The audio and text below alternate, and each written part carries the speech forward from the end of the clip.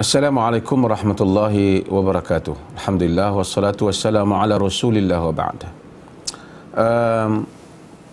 Ramai yang bertanya tentang titah yang telah dikeluarkan oleh Duli Yang Maha Mulia Raja Perlis berhubung dengan solat Jumaat pada hari ini, iaitu pada 13 hari bulan Mac 2020, diganti dengan solat zuhur di rumah masing-masing.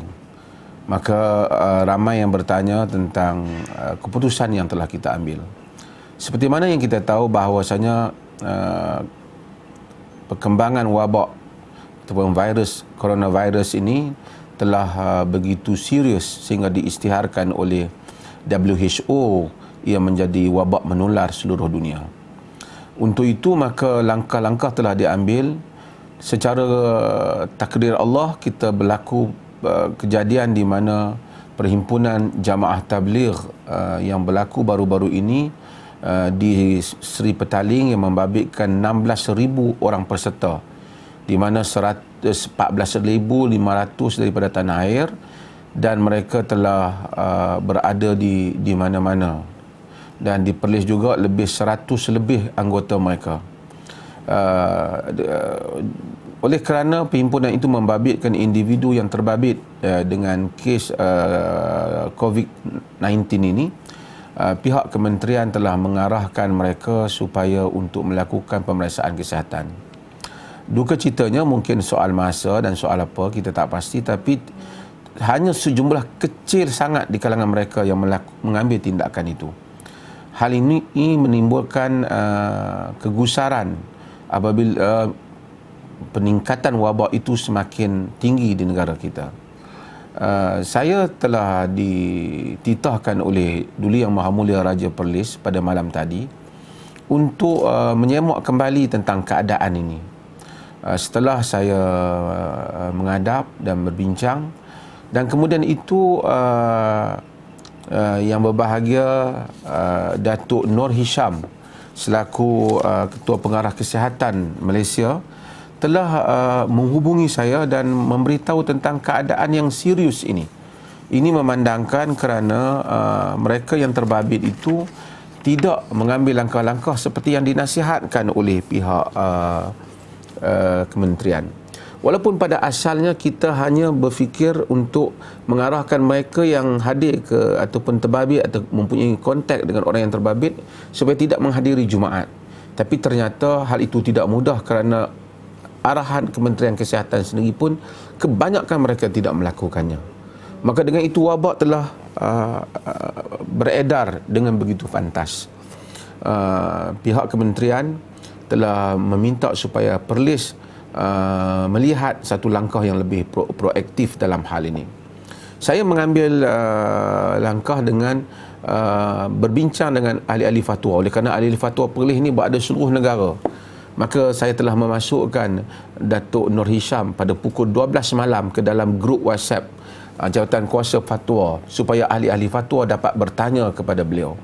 Setelah mereka semua bertanya dan berbincang, dan kebanyakan ahli fatwa telah menyatakan bersetuju untuk solat Jumaat itu diganti dengan zuhur, di mana memandangkan keadaan yang tidak terkawal ini.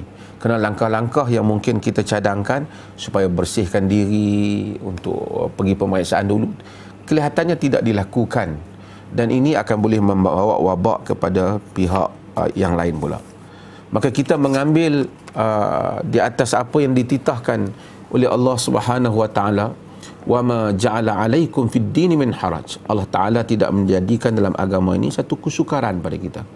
Dan Nabi SAW perintahkan tentang masalah ta'un. Idza sami'tum bit ta'un bi ardin fala tadkhuluha, wa idza waqa'a bi ardin wa antum biha fala takhruju minha.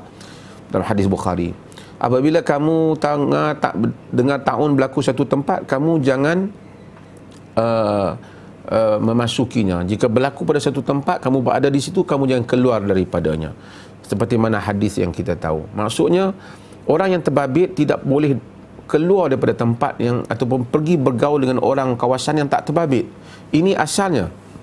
Dalam hadis yang lain Nabi kata, la turidul mumrida alal musih, unta yang sakit jangan dibawa, yang bawa penyakit jangan dibawa kepada yang sihat. Maka kita patutnya itu langkahnya, tetapi ternyata masyarakat kita bukan masyarakat yang patuh. Maka sudah ada beberapa laporan di negeri Perlis ini yang balik daripada Perhimpunan Tabligh berkenaan sedang menghadiri jamaah di masjid sejak beberapa hari yang lalu. Merata dah masjid mereka pergi. Walaupun dinasihatkan supaya pergi dan mereka mungkin ada alasan-alasan tersendiri, tapi mereka tidak pergi. Apatah lagi kalau solat Jumaat ini dilaksanakan. Dan agama di atas kaedah darul mafasid muqaddam ala jalbil masalih. Menolak kemafsadatan, kerosakan itu lebih diutamakan daripada menarik kemaslahatan. Yang menolak kerosakan itu diutamakan daripada menarik kemaslahatan ataupun membuat kemaslahatan. Jadi kemaslahatan ialah solat Jumaat. Tapi kemafsadatan ialah penyakit yang bukan saja boleh batuk, bersin, demam, tapi penyakit yang boleh membawa kepada maut. Dan agama menyatakan wala taqtulu anfusakum innallaha kana bikum rahima. Kamu jangan bunuh diri kamu, Allah sayang pada kamu.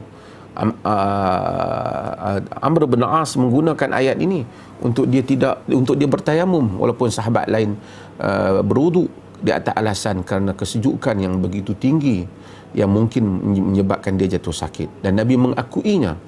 Dan kita tahu bahawasanya keadaan kita ini bukan sekadar jatuh sakit, risikonya sangat tinggi. Wala tulqu bi aidikum ila tahlukah, jangan kamu campakkan diri kamu ke dalam kebinasaan.